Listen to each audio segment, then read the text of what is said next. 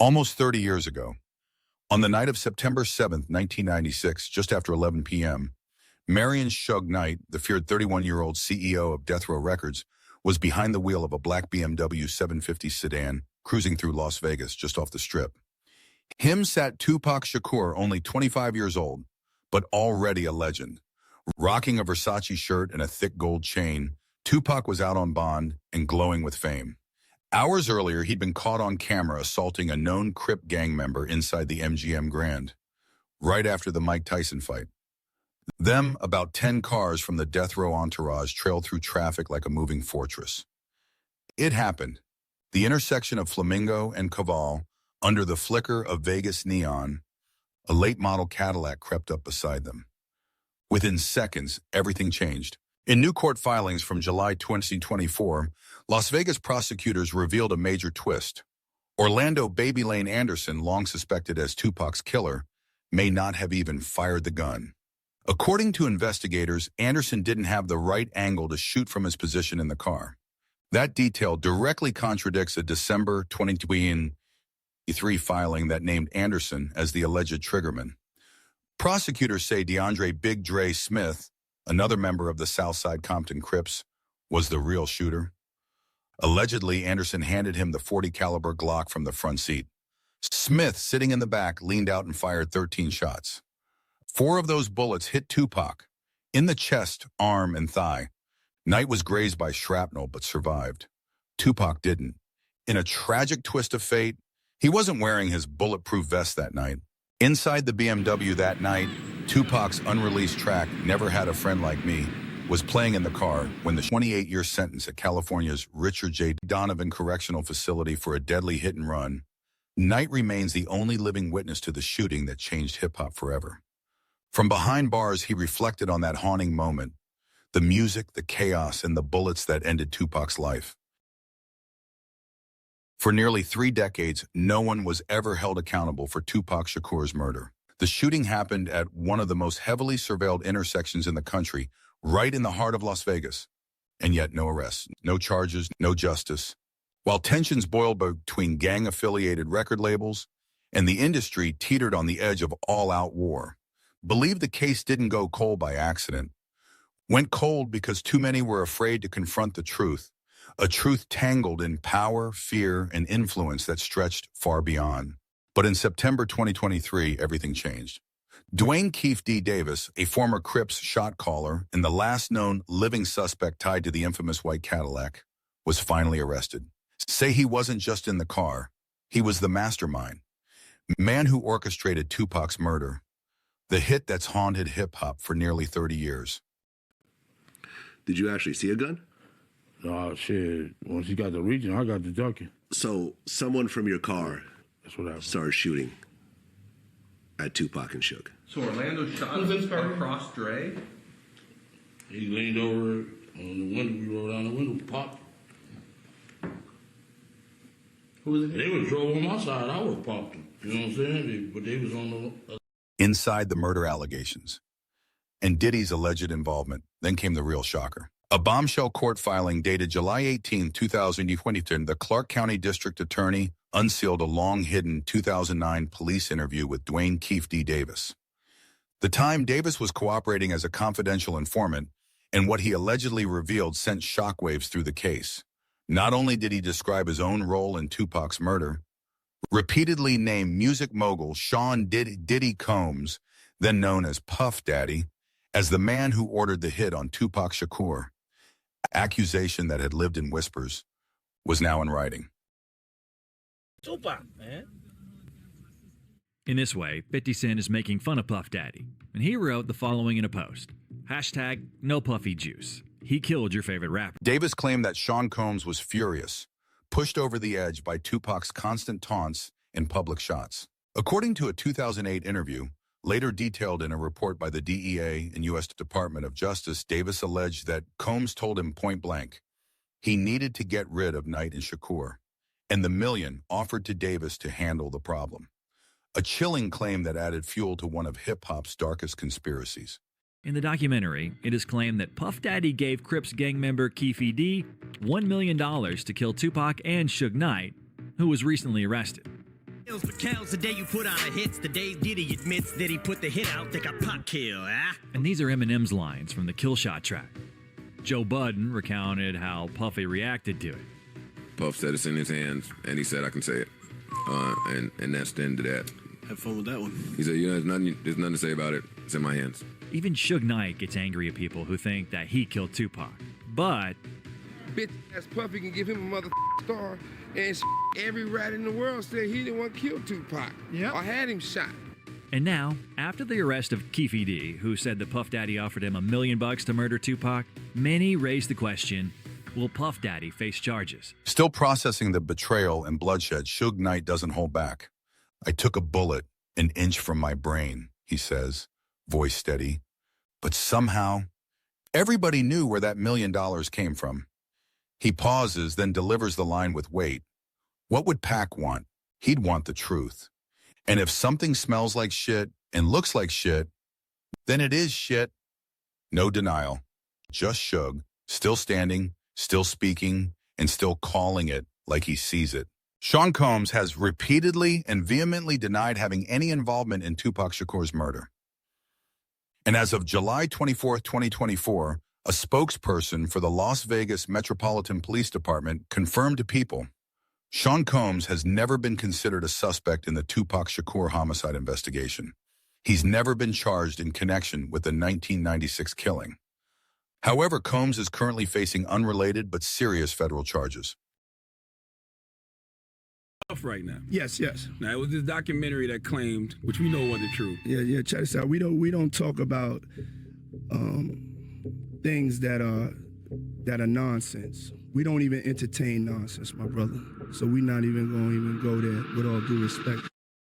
Maybe I said that my brother because he got Tupac killed. We gonna kill all you motherfuckers. Now when I came, fuck Biggie, fuck Bad Boy as a staff, record label, and as a motherfucking crew. If you wanna be down with Bad Boy, then fuck. Come on, you bring it! All you motherfuckers. Do you think that people really know you? No, people don't really know me, and that's by design. Who is this person, the Sean Combs, that we don't know? We have yet to find out. You have to come along for the ride. You gotta see this movie all the way through, baby. Believe me, I got an action. Awaiting trial, Davis's legal battle. Dwayne Keefe D. Davis, who has pleaded not guilty to first-degree murder, remains behind bars as he awaits trial, now delayed until February 9th, 2026. His legal team claims new witness testimony could place him in Los Angeles, more than 300 miles away from Las Vegas, at the time of the shooting. Prosecutors continue to lean on Davis's own words, especially his explosive 2019 memoir, Compton Street Legend, in which he openly discusses his involvement in the case. Knight's final hours with Tupac. Back in September 1996, on that violent night in Vegas, everything unraveled in seconds. After the shots rang out, Suge Knight, bleeding from the head, whipped the BMW into a U-turn and sped westbound down Las Vegas Boulevard. Patrol officers, already responding to another call, heard the gunfire and immediately called for backup. They spotted the BMW, its tires blown out, barreling through traffic. Once stopped, police called for medics. Got out, bleeding everywhere, trying to tell the officers what happened. Knight recalls. Door was open, and I had to unbuckle his seatbelt myself, still covered in blood. The two were rushed by ambulance to University Medical Center of Southern Nevada. Tupac was still conscious. Joking even. Was funny as fuck, Knight says, cracking a rare smile. Both bleeding, and he's like, "Shh, T, when we heal up, you know what we doing." That was Pac. No matter what, he was still Pac. At the hospital, Knight was treated, and Tupac, though, was listed in critical condition. Knight returned to visit him. Shakur was still talking. Sat up and said, "Bring me a blunt." "Nah, bring two," I said. "You gonna smoke in the hospital?" Pac said, "Yeah, I am." Knight laughed softly, recalling Tupac's request for Hennessy too. Classic Pac. Unbothered, even in a trauma, the laughter faded fast. Doctors prepped Tupac for a second emergency surgery, including the removal of his right lung. Knight claims Tupac made a terrifying request. Looked me in the eyes and said, "Kill me. Shoot me." According to Knight, Tupac didn't want to go back to prison, a fate he feared more than death. He spoke clearly. even suggested it be caught on camera, recorded as a will, a final message to the world. Believed no matter what, they'd blame me, Knight says. Was trying to spare me from that. But I told him, no, Pac, we can't do it. Tupac feared returning to prison for the casino beatdown, caught on surveillance just hours before, but he refused to take his own life, believing suicide would cost him his soul. Thought that if he died by someone else's hand, maybe he'd still make it to heaven, Knight says quietly. In the cold glow of hospital lights, surrounded by beeping monitors, blood-stained memories, and fading hope, Suge Knight claims Tupac made one final plea, not to a doctor, to his crew, to his mother, Afeni Shakur. May go, he allegedly whispered. To Knight, who stayed by his side through the pain and chaos, Tupac begged his mother to help end his suffering. Knight says Afeni, torn between a mother's love and her son's agony, gave him pills in a desperate attempt to honor his wishes. Doctors rushed in and brought him back, Knight recalls. That's when Afeni said, don't ever do that again. If he's struggling, don't touch him. Don't bring him back. Let him go. Knight calls it a mother's last act of mercy, a vow to respect her son's pain. Even as it broke her own the final hours, doctors placed Tupac in a medically induced coma, trying to ease the pressure on his failing body. A respirator kept him alive, but just barely. Damage was done.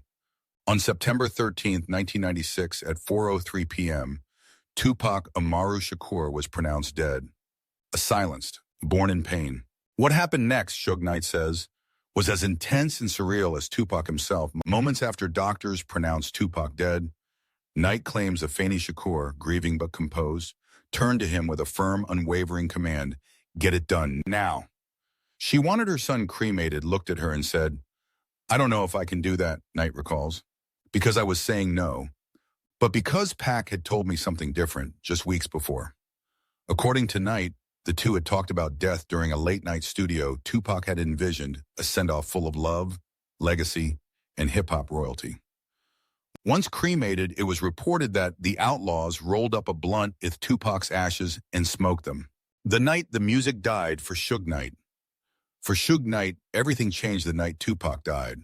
His empire, his purpose, even his identity. It wasn't just the loss of a friend, it was the collapse of a movement. Is nothing better than Pac? No one greater than him. No one better, Knight says, his voice heavy with finality. Grief didn't just linger, it consumed him. Tupac's passing, I walked away from the music business, Knight admits. Was just no way. I didn't want to be in the studio with another artist.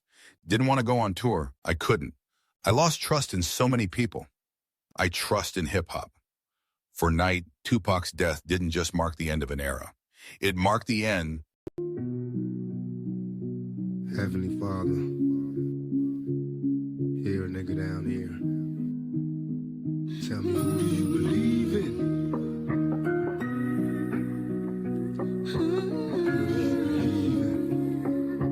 Blessed and still freezing.